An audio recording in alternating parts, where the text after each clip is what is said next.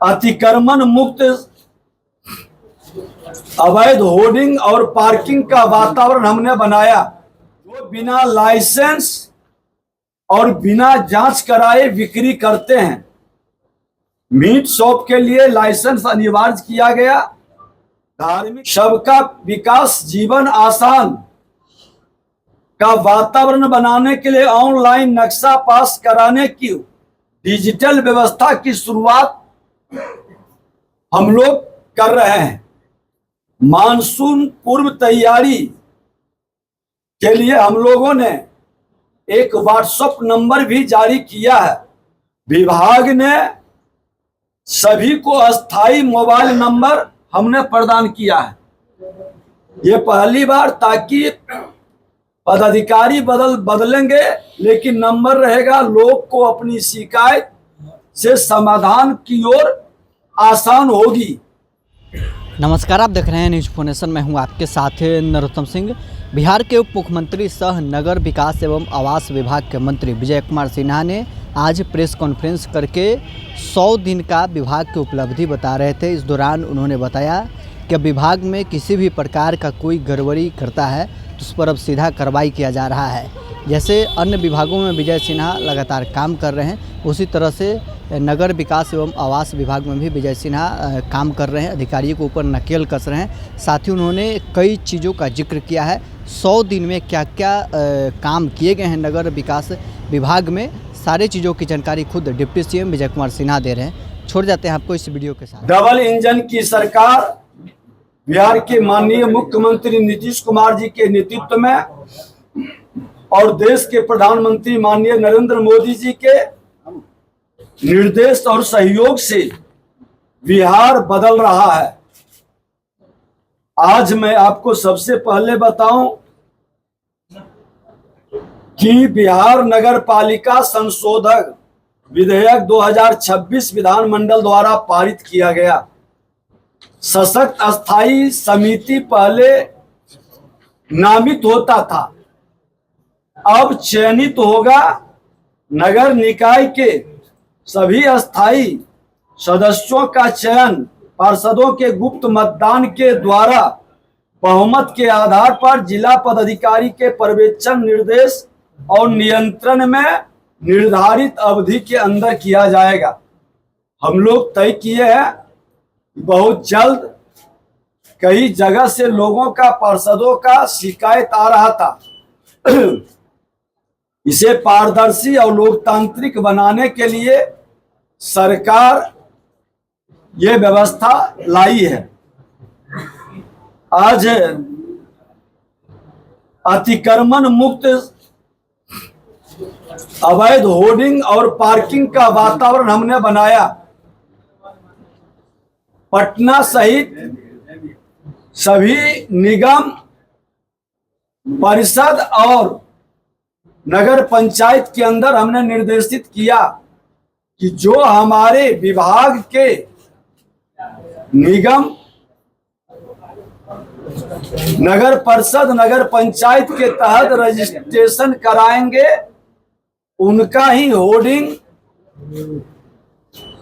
वैध माना जाएगा और उससे इतर जो भी है सबको अतिक्रमण मानकर उसे इमीडिएट हटाने की व्यवस्था सुनिश्चित करने का निर्देश दिया। और इसमें कई सफलताएं भी मिल रही है। आपको जानकर खुशी होगा कि अभी तक उस मद में नहीं के बराबर राशि आ रहा था। अब कई शहर के अंदर, कई निकाय क्षेत्र के अंदर लोग अप्लाई भी कर रहे हैं और नगर के अंदर एक नए राजस्व का सृजन भी हो रहा है। अनुमान तो है कि 1000 करोड़ से ऊपर का ये हमारा आमदनी नगर विकास विभाग के अंदर आने की संभावना है। जेम पोर्टल पर कई गड़बड़ियों की शिकायत मिल रही थी।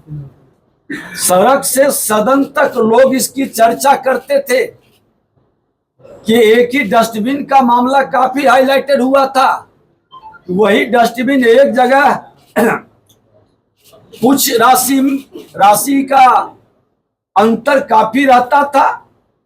हमने इसका एक अस्थाई कमेटी बनाया जो जांच कर रहा है पूरी पारदर्शिता के साथ।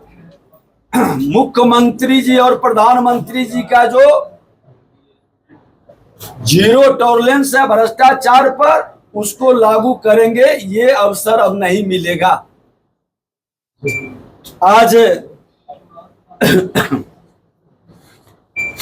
हमने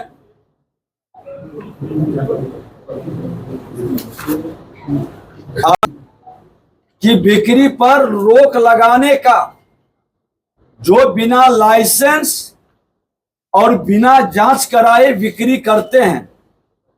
मीट शॉप के लिए लाइसेंस अनिवार्य किया गया। धार्मिक स्थल, स्कूल, भीड़ वाले क्षेत्र में विशेष निगरानी, जन स्वास्थ्य और स्वच्छता को प्राथमिकता, आम लोगों के हित को देखते हुए ये आवश्यक है। ये मांस के लिए व्यवस्था बनाई गई है। निविदा, विभागीय निविदा को समाप्त कर ई टेंडरिंग के माध्यम से निविदा निष्पादन अब किया जाएगा, ताकि लोग पारदर्शी बेहतर काम कर सकें। सशक्त कमेटी का गठन जो आपको बताया कि बहुत जल्द ही। इसके अलावा बिल्डिंग बायलॉज में हमने कई लोगों से विमर्श कर उसमें संशोधन का प्रयास कर रहे हैं, और काफी यहां बिहार में जमीन की काफी कमी है। हम बायलॉज अपने बिहार के भौगोलिक वातावरण के अनुसार और संविधान के नियम और केंद्र सरकार के कानून के तहत उसको हम करने का निर्देश भी दिए हैं। राजस्व बढ़ाने का, विभाग के अंदर एक नई प्रणाली विकसित करने का हमने वातावरण बनाया है, जिसके माध्यम से राजस्व वसूली की नई प्रणाली की तैयारी करने का काम शुरू हो रहा है, जो डिजिटल होगा। और उसी तरह से विकास की गति अवरुद्ध न हो। विभाग तय समय सीमा के अंदर माननीय मुख्यमंत्री जी का सबका विकास जीवन आसान का वातावरण बनाने के लिए ऑनलाइन नक्शा पास कराने की डिजिटल व्यवस्था की शुरुआत हम लोग कर रहे हैं। बहुत जल्द ही इसका लाभ लोगों को मिलेगा। मानसून पूर्व तैयारी के लिए हम लोगों ने एक व्हाट्सएप नंबर भी जारी किया है, जिसमें वर्तमान पूर्व वार्ड पार्षद या बुद्धिजीवी या सामाजिक कार्यकर्ता भेज सकते हैं कि कहां पर नाला जाम है, मेन होल खुला है या अन्य शिकायतें। उसकी भी एक प्रॉपर मॉनिटरिंग की व्यवस्था हम लोग बना रहे हैं। कमांड कंट्रोल को सशक्त मॉनिटरिंग का निर्देश मानसून के पूर्व इसको और सशक्त बनाने का हम लोग काम शुरू कर रहे हैं, ताकि लोगों को परेशानी जो हर बार होता है वह कम हो सके। सभी कार्यपालक पदाधिकारी जो हमारे विभाग के थे, उनका अपना नंबर रहता था। जब वो बदलते तो फिर उनका नंबर चेंज होता था, लोगों को काफी परेशानी होती थी। विभाग ने सभी को अस्थाई मोबाइल नंबर हमने प्रदान किया है। ये पहली बार, ताकि पदाधिकारी बदलेंगे लेकिन नंबर रहेगा। लोग को अपनी शिकायत से समाधान की ओर आसान होगी।